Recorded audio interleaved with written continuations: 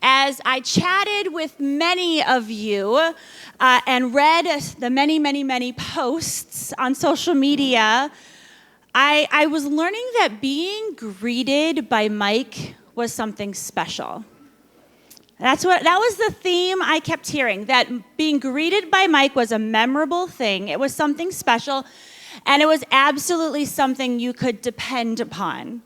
That when you were greeted by Mike, you were greeted with a smile. You were greeted by someone who remembered you. You were greeted with specific questions about your family and quite possibly your car. And you were greeted by someone that had prepared for you. One of the things I think Kelly shared on her post was that Mike would get up so early in the morning on Sundays to walk to the core, be here, get the coffee going, be ready so that everyone would be greeted. Mike knew how in his own way to practice the discipline of spiritual hospitality. He showed what that meant. Hospitality, it is brought up so many times in the Bible as a vital element of the fellowship of believers, and really it's a practice that separates those who believe from those who don't. Hospitality is creating spaces and places where people feel welcome and wanted, and it really can be looked at in two different ways. It can be looked at as an action, something we do, and as an affection. And the world knows how to act hospitable, to be kind, to make welcoming spaces, to have people in your home, or how to make a guest feel welcome. But the Christian does that too. The difference is the why to those actions. When Christians practice biblical hospitality, their actions are paired with the affection of Christ. We do this because we are so full of the love of God. And this hospitality meets the friend and the stranger with our hands and our heart. But let me tell you, when you do hospitality right, when you are motivated by the love of Christ, you are filled with joy. Mike, from what I am reading, shared such joy in greeting people, in creating spaces for people to feel welcome, because it's not done out of the fact that we are supposed to obey God's commands. It's done because we are so full of his love and we are profoundly grateful. From being filled up with God's love and the love of his people. Mike was definitely a blessing to others, but I truly believe that he was that because he was so deeply blessed. That he felt the blessing of being here in God's presence and within the fellowship of believers. He loved his church family. And so I find the scripture today that I'm going to read for you in a moment as both an encouragement in these moments of loss, encouragement in these times where it's a change, but it's also a challenge. Romans 12:9-13 says, love must be sincere. Hate what is evil, cling to what is good, be devoted to one another in love. Gosh, wasn't he devoted? Honor one another above yourselves, never be lacking in zeal. A knuckle sandwich was his way of showing zeal, right? Absolutely, asking those questions. But keep your spiritual fervor serving the Lord. Be joyful in hope, patient in affliction, faithful in prayer. Share with the Lord's people who are in need. Practice hospitality. Mike, being filled with the love of God, from the love of his home here, from his church family, couldn't help but share that love with the world. It's an encouragement that Mike received love from this place and from this family, but it's also the challenge to not stop doing it. How many people will come through this building never experiencing love before that can be profoundly changed and transformed? That we have the opportunity to love someone for the very first time. Are we showing that love, and do we keep on showing it? Do we take the time to consistently practice hospitality, creating spaces and places for the friend and the stranger to feel welcome and wanted? Because as you can see in Mike's life, it mattered, right? Those little things, taking time to listen to Mike, taking time to have conversation with him, mattered. When we show God's love to one another, to each person that walks through our doors, each person that we pass, we can point them to Christ. And that can have a lifelong effect. Now, Mike, he gets to experience the Lord's hospitality in perfection right now. The Lord has made him feel welcome and wanted in glory, and he is rejoicing today. And that is something we can rejoice with him for. Because he was faithful, so many have benefited from a Mike blessing, right? Those blessings were unique, is what I'm learning. But so many of us, so many of you have benefited by being blessed by Mike. And so I'm going to give you an opportunity, and we're going to kind of do it like a testimony time, if that's all right. So you have a handy dandy. We're going to go old school. Your song is on your paper. And what we're going to do, we're probably going to sing 3 verses, I think. And what we're going to do is we're all going to stand in a moment, and we're going to sing verse 1. And if you have a heavenly moment, a blessing by Mike that you want to share, then remain standing. And everyone else can sit after verse 1 in the chorus, all right? And I'll have a microphone that'll come around, and we'll just have an opportunity to share Mike, to share his story, share the blessings of his life. Then, once there's a lull, we will stand again, sing the next verse, and you will have one other opportunity to share. Make sense? All right, so if you all want to stand with me. Let me turn it up a little bit, or is that as loud as it goes? Okay, well, we're going to sing it a cappella then, all right? And I've got the key, and Tim, if it works, just join in with me. We'll make it work. Sing the Wondrous. Ready? Sing the wondrous love of Jesus. Sing his mercy and his grace. In the mansions bright and blessed, he'll prepare for us a place. When we all get to heaven, what a day of rejoicing that will be. When we all see Jesus, we'll sing and shout the victory. Now, if you have something you want to share about Mike, Olivia, can you come up here for a second and help me? Stay standing, otherwise you may sit, but be brave, there will be another opportunity.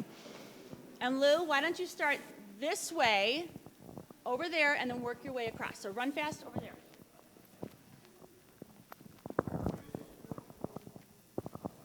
As we all know, Mike had a rough exterior, but in interior, he was filled with love and heart for this place.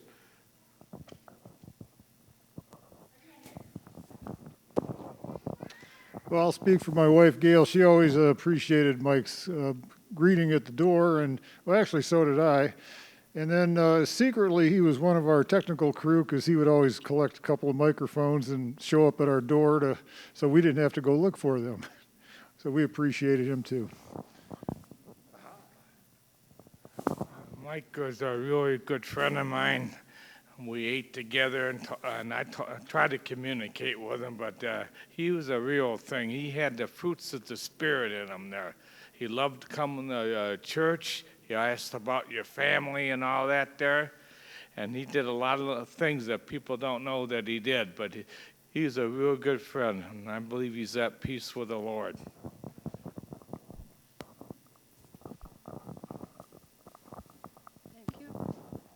I met Mike, I think he was probably 2 when I met him. Mike had a sense of humor. Whenever I would come into church, he'd be sitting in the same spot, and he'd always say, "Is the brat here?" Meeting my daughter. Well, I grew up with Mike. I remember him as a young teen, and I would go up and talk to him, or I would walk down the old core, and he always sat on an end seat. And he would reach out and punch me in the shoulder. My mother didn't like that. She thought it was disrespectful. I told her it was a love pat and leave him alone. So Mike and I were friends. It was interesting to see how he overcame the problems that he had. He had a rough time, especially as a youngster, but he loved the Lord, and he loved the people around him very much.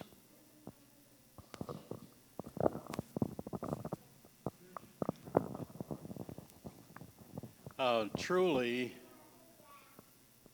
when I got word that he had passed, for this instant, there's nothing but rejoicing, knowing his new life is so fantastic that he'll be rejoicing far more than we can ever do when we get there. We know in heaven there's no more time. Time has no meaning. So he's greeted by Christ when he gets there, and he's just overjoyed. He's thanking Christ for this. Look what I can do. Oh, I can do this. I can say this. And Christ, okay, that's good. You're glad to hear. Now, come on, I've got a party over here for you. No, let me tell you.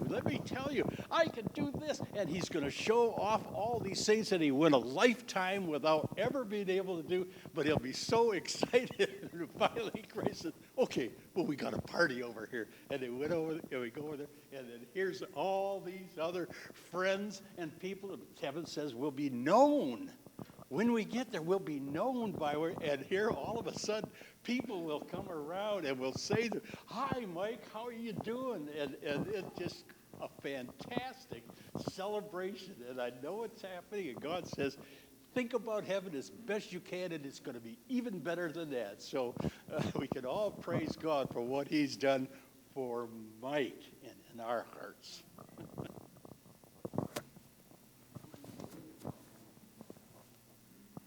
Thank you. My mom told a funny story on Facebook. Well, it wasn't so funny how she told it, but she told about how the very first Sunday that I came to church, she had wrapped me up in the pristine, clean clothes, and I was a newborn of 5 pounds.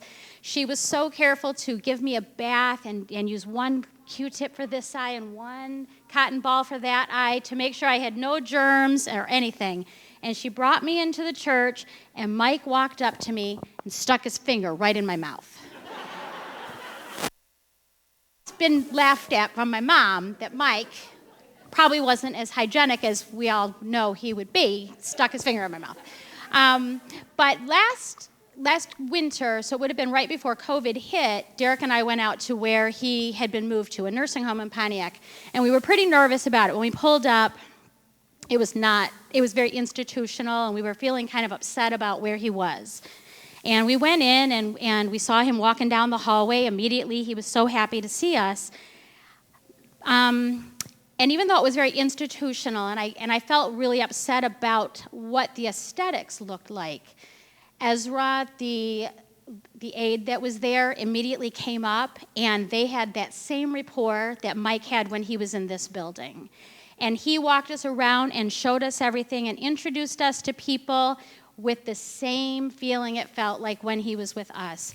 And one of the people who did the cooking, she came running out to us and I can only cook what the government food gives us, but what are things that Mike likes? We want to give him what he likes.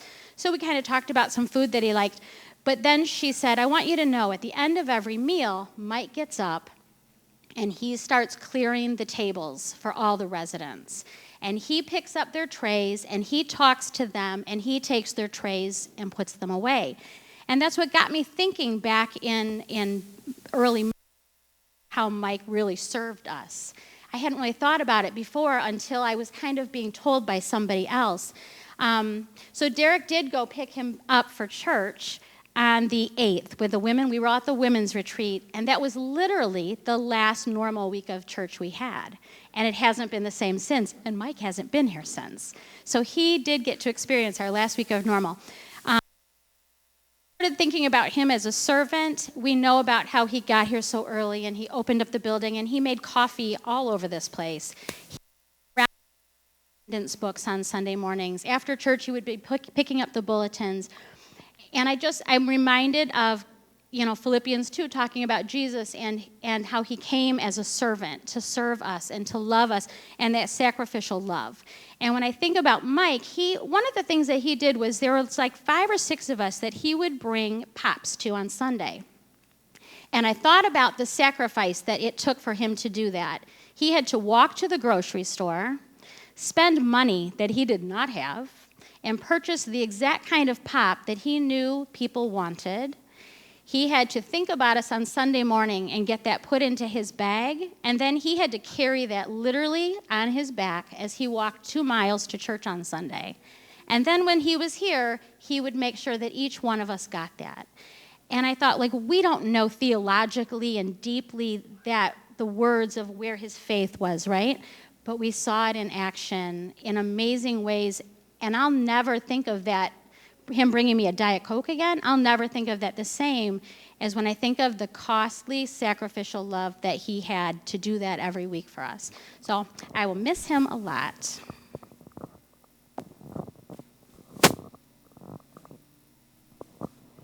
I will miss Mike saying to me, "Are you still putting up with him?"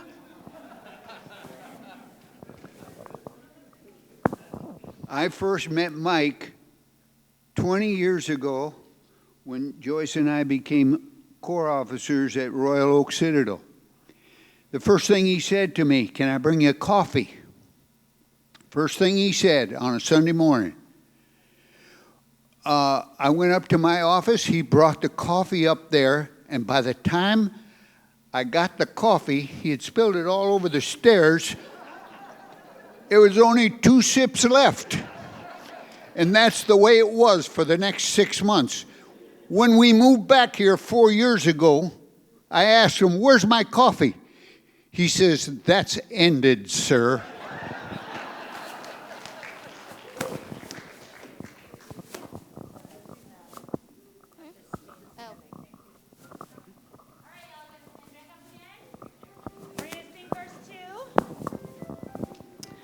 Let's sing that together. While we walk this pilgrim pathway, clouds may overspread the sky. But when traveling days are over, not a shadow, not a sigh.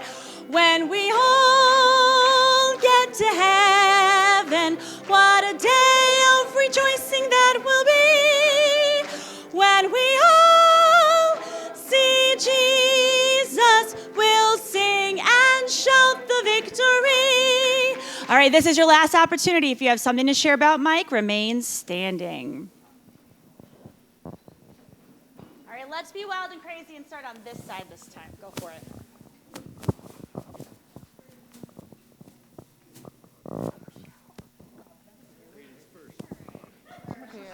This side. Or the side. All right, I have 2. I have one that was sent in virtually by his friend Heather Nan, so I get to read it. But reading things makes me cry, so just bear with me. All right, so Heather says this. She says, "There was little I understood of the many conversations I had with Mike, but what I did understand was his sincere desire to connect and to share. As we all know, the back rows in the chapel are where the Shaws faithfully sat. I didn't know that, so I learned it from family to family. From Mike's father to Mike himself, the back row was their sanctuary seat of choice. On Sundays, if I came in late, I would sneak into the back few rows. I was never sneaky enough. As you might expect, I would get a tap on my shoulder or hear this psst, psst. It was Mike waving his finger at me for coming in late with his signature smirk on his face. He was part of that back row, part of our church family, and always will be. He wanted to connect with us. He wanted to know how you were doing and how everyone in my family was doing and how their family was doing, down to how their dog was doing. He truly cared. He was comical, patient, accepting of all and giving. He wanted to share stories. He wanted to share a laugh and wanted to share memories. Sharing what he could in his own way was his way of caring. Mike was a very giving man that knew my love for a Diet Coke and would faithfully bring me one on Sundays. He had a giving heart. Mike Shaw will be missed. His presence will be remembered, and those back few rows will not be the same." So that was from Heather. And just from us, also, we got to spend the last 10 years here getting to know Mike, and we were also perpetually early people, so we had those Sunday mornings to chat with just Mike, and I never, ever, ever, it was so frustrating to me that I could never understand what he said. Like, I tried and tried and tried, but I couldn't get it, and that was frustrating. So I would smile, and then I'd ask the person next to me later, what did Mike tell me? And then they'd tell me, and I was like, okay, I agreed to that. And Mike would also bring me the Diet Coke. Even when I gave up drinking pop, he still kept bringing me a Diet Coke because I didn't have the heart to tell him to stop bringing me a Diet Coke. And we had many great lunches with Mike. The staff here would go eat lunch with Mike at the Clausen Grill every week until it closed. And that was just a joy to sit and hear him chat with the people around us. And it was just a great time getting to know just a fun man who loved the Lord and loved the people of this church dearly.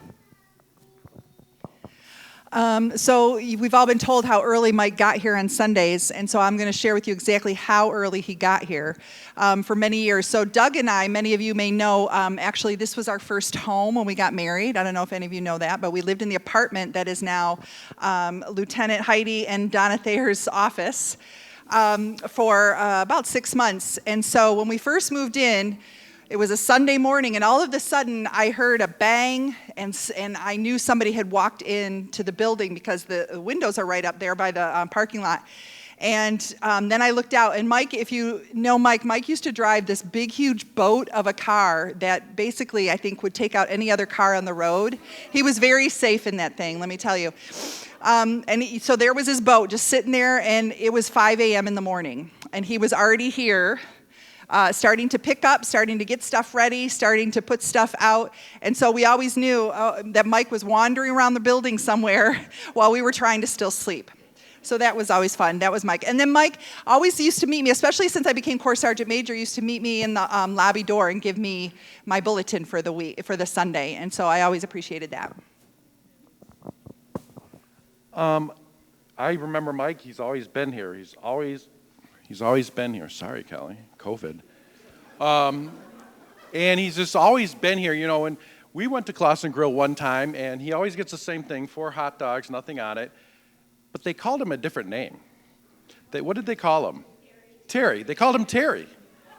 Terry. And I don't know if they didn't understand him or if he told him that, but they called him Terry. And we're like, I think they're talking to you. And he's like, oh, yeah. And Mike, you know, he would actually work there, go around and fill the salt and pepper shakers and just serve again. He was serving other people. One of the things I remember that he would always greet me with, she killed you yet? And I can't say that without even trying to say it like Mike, but it's really hard. But he'd say, he killed you yet? She killed you yet? And I'm standing here, I'm not dead. But he obviously didn't trust you. And then he said, she's crazy, which led me to believe he's a very perceptive young man. And we don't give him enough credit. But then again, to Mike's big boat car, I remember years ago, one of our friends who came here, doesn't go here now, but his car wasn't starting, and it was a stick. So what can you do with a stick if it doesn't start? You push it. So Mike said, somehow Mike gets involved. He's going to use his boat to push the car to go. So Mike is not real easy on the gas. So he just wham, and that thing just smashes into his car. And I remember Andrew going, stop, Mike, stop. But he just racked up the back end of his car, and it was a good laugh. And Mike just said, oh, whatever, and went on. But we'll truly miss Mike. He's always been a staple here, and I just wish I told him what pop I like, because I never got any. So, come on. Oh, the stories of Mike. When Rick was truck driving, he would wait in the lobby. I'd come in, give a look. Rick here? I could get that. Rick here? No. You kill him yet? No. He's truck driving. Okay, we go lunch. So, every Sunday, if Rick wasn't here, I was taking Mike to lunch at his favorite place. Yes, 4 hot dogs and ketchup. I like that better than the eggs. We made a mess with eggs. So the hot dogs were pretty safe. Okay, then Rick's back. And now we're going to start giving him a ride home because he's in distance, or when the officers needed someone else to give him a ride home, we would offer to give him a ride home. So we're going to give him a ride home. Now he's in first. He's at a house. Okay, Rick says, no problem, Captain. We'll give him a ride home. Church is over. We're waiting on Mike. He comes out. I look at Rick. Did you get the address? No, he'll show us. How many people here would volunteer to let Mike tell you where he lives at a new address? Off we go. We are totally lost. We got to get a hold of somebody, so we're texting each of the captains. We're not getting a response. We're trying our best. After half an hour, she gets back with me, and she kind of gives us she just didn't have it on her wherever they went to lunch.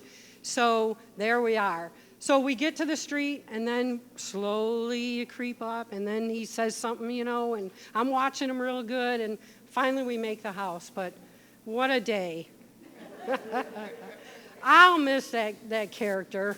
We'll miss that character. And now I can just see him in heaven speaking and talking to anybody and just chums with everybody because he can articulate and just sit down and chat with them.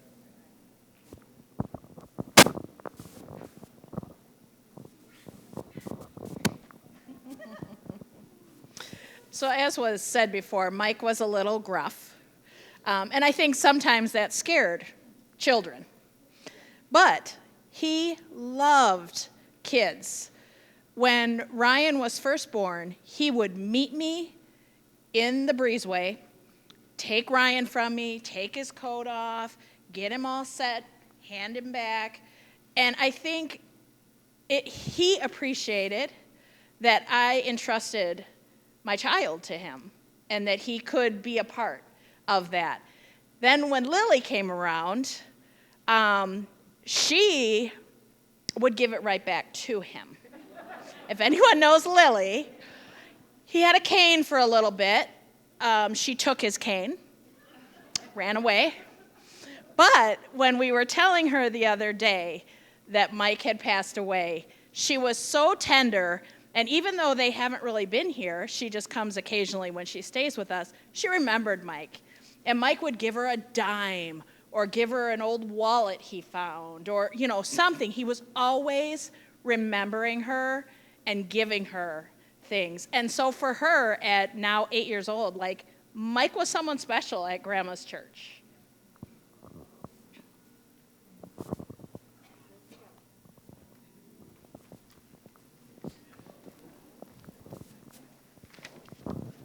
Mike always had a good advice for all of us, keep your mom happy. I think that would make the world a better place if everyone remembered that.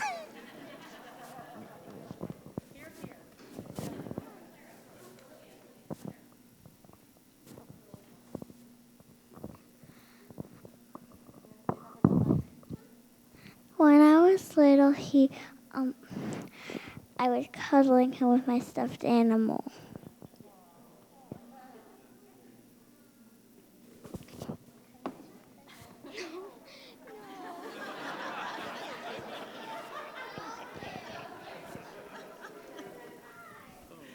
When we first started here at the church, Mike would come up to the boys, and he was always, as everybody else, have you killed them yet?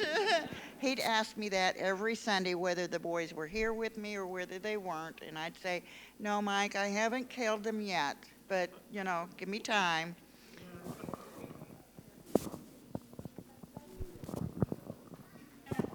So the question I would always be asked is, do you want to get hurt? It wasn't, have they killed you or are you killing them, whatever. Yeah, he would ask her that. Do you want to get hurt? Well, I'll say it this way now.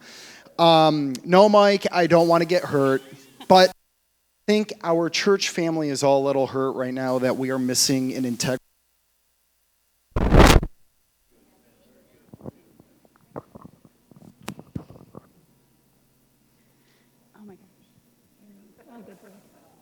I'm glad that Melanie stopped drinking Diet Coke because then I got the Diet Cokes that Mike brought her because I never made the list. And I was also a little hurt, Deryck. I'm like, I like Diet Coke. So when I had Harper, one Sunday, Mike came up to me and handed me that I wasn't really looking. He just kind of shoved it in my hands. And it was a really dirty, old, gross Minnie Mouse. And I thought that he had found it on the ground and just picked it up and was asking me if it was mine. And I was like, no, that's not mine. It's not mine. And then I realized he had brought it. So he had found this Minnie Mouse and brought it for me to give to Harper. And I tried to find it because I have it at home. We took it home, we washed it, and she had this cute little Minnie Mouse that Mike had. He wanted to give a gift. He wanted to give a gift to me from my new baby, and that was really special. I've had the pleasure of knowing Mike for a lot of years, a lot longer than a lot of people going back to the 1950s and 60s. And when he was younger, he was much more active, much stronger, and much more willing to do the tough jobs. In the more later years, he would pass out bulletins, he would greet people, and that didn't take a lot of strength. But when he was younger, he would shovel snow. He would get here at some ungodly hour, and he would make sure that the porch was shoveled off. And before we had this addition, we had a little area back here. We had a garage here and what have you. He would get the snow shovels out, and he would do the little porches and the little steps that we had so that no one would slip and fall. And he was never afraid to do really anything that needed to be done. If the sewers overflowed, he would help clean it up, and he never had to be asked. He just did that kind of stuff. And I'm glad that God sent him here to be with us at an early age for me, because Mike's life was a lesson. And I remember when we were studying in probably Sunday school, looking at Matthew 25:40, and the king will answer them, truly I say to you, as you did it to one of the least of these, my brothers, you did it to me. And I always thought that when I was younger, and I'm going back to 11, 12 years of age, Mike was one of the least of these. Mike was challenged. There's no doubt about that. He wasn't in prison. He wasn't naked. He wasn't starving and needed to be fed, visited, what have you. Mike had other challenges. And Mike had a good heart. He was a great servant. And he was created by God to do God's work. And God took care of Mike for a very long time. And I don't know about you, but we were surprised that he lasted as long as he did with the ailments that he had. But the Lord took care of Mike. And we're so thankful for that. And I'm thankful that I got to see Mike and to have that experience as a young child, to realize that there were people around me that had all kinds of challenges, that when you're a young kid, it's not hard to make fun of some people. I learned that you don't do that, okay? And I learned that by watching Mike.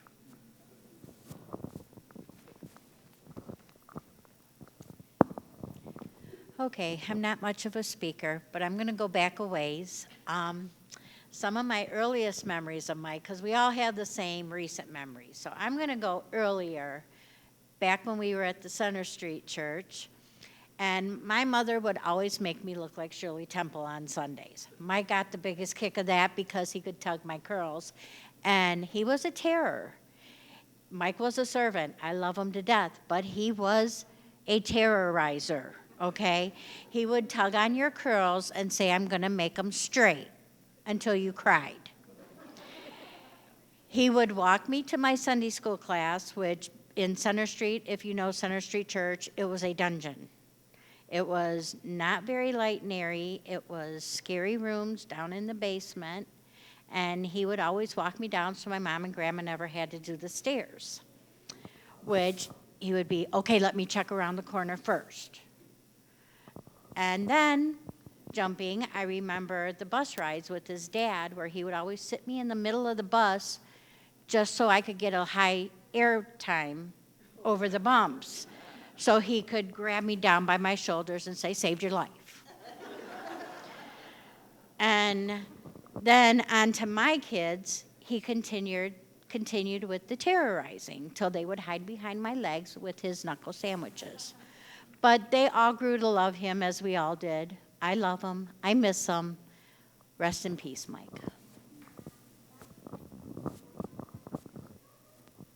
This goes along with the shot in the arm to Linda. Back in the day, my father and Mike wouldn't start their morning service until they punched each other in the arm and gave big hugs. And to this day, that was back in the day, I do miss seeing that. You knew he was accepted and loved, and our family will miss him and do miss him, and he was a good guy. So I have a few memories of Mike. Jamie couldn't be here, but she wanted me to just share this. So our Sunday school class is in the lounge here, and every morning Mike came in and made coffee.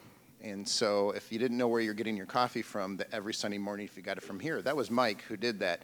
But he would, every Sunday morning during Sunday school, right in the middle of what I thought was a great point I was going to make, he'd lean over between Jamie and me and goes, "Did you get your coffee?" And so I'd have to wait, and it was a little humbling because I'm like, all right, that was better, than me in a point. But Mike always made sure that Jamie was taken. Then, of course, as everyone says, he would look at me and said, "Has she killed you yet?" No. And then she'd say, and this was probably the first bit of maybe, and I'm surprised Deryck didn't have this. Maybe he was trying to save me or gone already, and kind of. But he would say, "She's like her mother. She's crazy." And so that was when I first started coming to the core, and I'm like, oh, what have I gotten myself into? But she kept saying that, or he kept saying that, and then he would always say about Jamie, "Here comes trouble," whenever she would come walking down. And he had said that to her from when she was just a little girl, "Here comes trouble." So I will miss Mike, and I will miss his holy interruptions.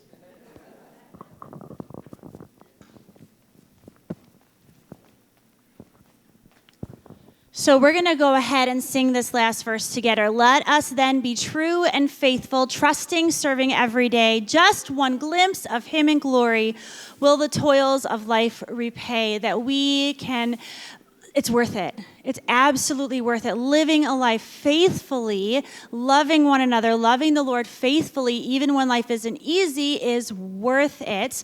And then we can sing and rejoice. And after that is done, Corey's going to come up and pray for the meal. And then we are just going to eat together, share a family meal. And if you want to share more Mike's stories around the tables, please do so. And I just think this is a beautiful time of celebrating him. Your stories are fantastic. And he was a blessing, and I can tell that he was absolutely blessed by your love and by the love of the Lord. So let's sing that last verse. Let us then be true and faithful. Let us then be true and faithful, trusting, serving every day. Just one glimpse of him in glory will the toils of life repay. When we